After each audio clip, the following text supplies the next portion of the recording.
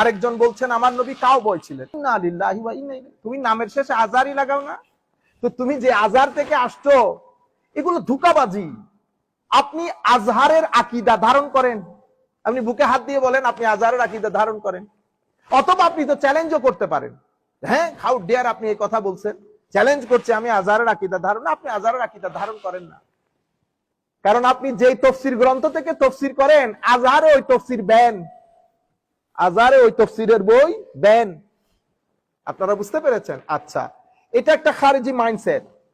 যেমন আমি কি বললাম এখন, কাউবয়, আমার নবী কাউবয় ছিলেন, আমার নবী ধনী ছিলেন না। আয়েশাকে, খদিজাকে আমি কখনো বলবো না আমার নবী খদিজাকে বিয়ে করে যে খদিজা আমার নবীর বউ। লা হাওলা ওয়ালা কুওয়াতা ইল্লা।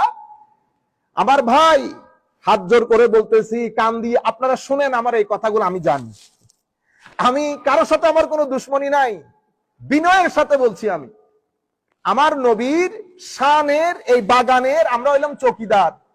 আপনি রাতের বেলায় বিছানায় পিঠ লাগিয়ে আপনি চোখ বন্ধ করে আমার নবীর সবুজ গম্বুজকে অন্তরে ধারণ করে একবার বলে দেখেন তো, আপনি যে বলেছেন আমার নবীর বউ, মনে রাখবেন শব্দের মধ্যে কিছু শব্দ এমন আছে সেই শব্দ আপনাকে অনেক দূরে নিয়ে যায় আপনার মাইন্ডসেটকে।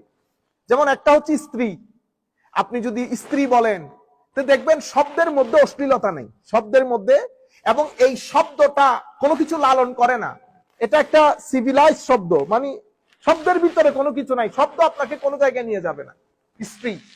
কিন্তু আমি যদি বলি এটা উনার বউ, আপনি চিন্তা করে দেখেন তো বউ বলার মধ্যে স্ত্রী বলাতে যে সভ্যতা আছে বউ বলার মধ্যে সেই সভ্যতা নাই।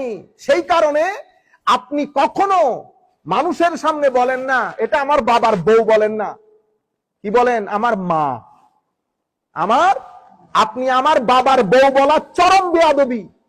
এখন আপনি যদি লাখো মানুষের সামনে বেয়াদবি শিক্ষা দেন, আপনাকে আমি বেয়াদব বলতে হবে? আপনি জিজ্ঞেস করেছেন না বেয়াদব কেন বলেছি? এই কারণে বলেছি বেয়াদব। আপনি যখন লাখ মানুষকে বেয়াদবি শিক্ষা দিবেন তো আমি আপনাকে কি বলবো?